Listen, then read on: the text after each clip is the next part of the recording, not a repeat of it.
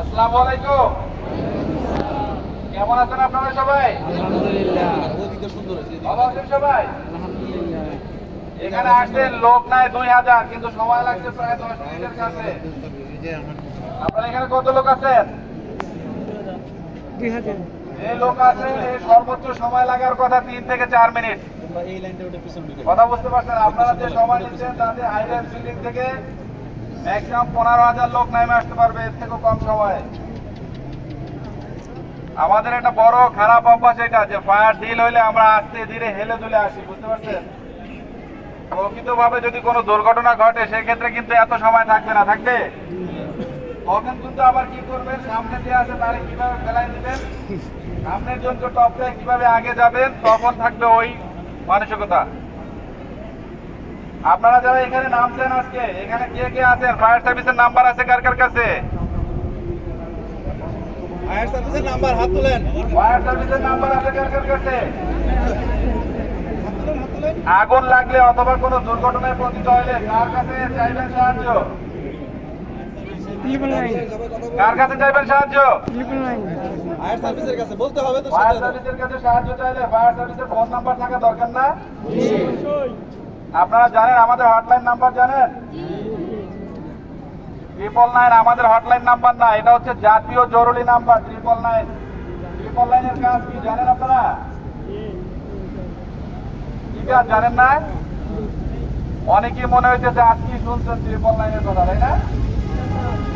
999 সংখ্যা 3টা, এটা হচ্ছে জাতীয় জরুরি নাম্বার, এটার কাজও হচ্ছে 3টা।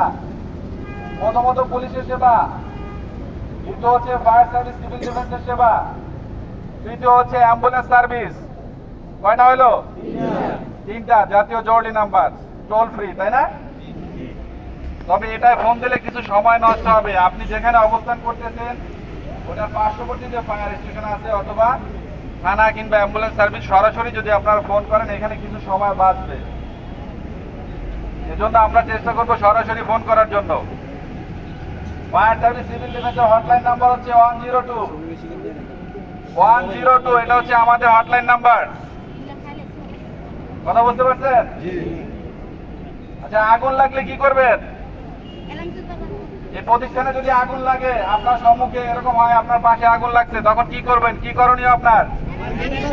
আমাদের যে গেট আছে গেটের সামনে ফায়ার ব্রিগেডের আগে অ্যালার্ম বাজাবেন, তাই না? হ্যাঁ, এটা ঠিক বলছে। এখানে একজন বোন বলছে যে আগে অ্যালার্ম বাজাবে, এরপর কি করবেন?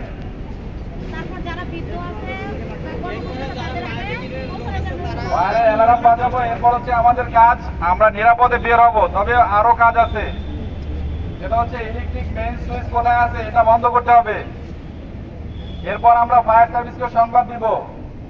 পাশাপাশি আমরা নিজেরা যারা ফায়ার ফাইটিং করতে পারি অবশ্যই আমরা চেষ্টা করব ফায়ার ফাইটিং করার। তারপরও যদি আমরা না করতে পারি সেক্ষেত্রে আমরা নিরাপদে কি করব? বের হয়ে আসবো, নাকি? নিরাপদে বের হয়ে আসার ক্ষেত্রে কি করবেন? একজন আরেকজনকে ধাক্কা দিবেন নাকি? না, যে আমার গায়ে শক্তি আছে, সামনে যে আছে তাকে কথা বলতে হবে, তাহলে ভালো লাগবে কথা বলতে, সাথে কথা বলবা। এরকম হ্যাঁ। এখানে এই যে ফায়ার ডিলের উদ্দেশ্য হচ্ছে কোনো দুর্ঘটনা ঘটলে, সেটা আগুন বা অন্য কোনো দুর্ঘটনা ঘটলে পরে যাতে হতাহত না হয়, মানুষ যাতে বিচলিত না হয়। কারণ আমরা জানি, অভ্যস্ত আছি, ফায়ার ডিল করি আমরা স্বল্প সময় নিরাপদে সময় নিচে নেমে আসতে পারবো, তাই না? এটাই হচ্ছে আমাদের মূল উদ্দেশ্য। যদি প্রকৃত কোনো দুর্ঘটনা ঘটে আমরা যাতে আহত না হই বা কেউ মারা না যায়,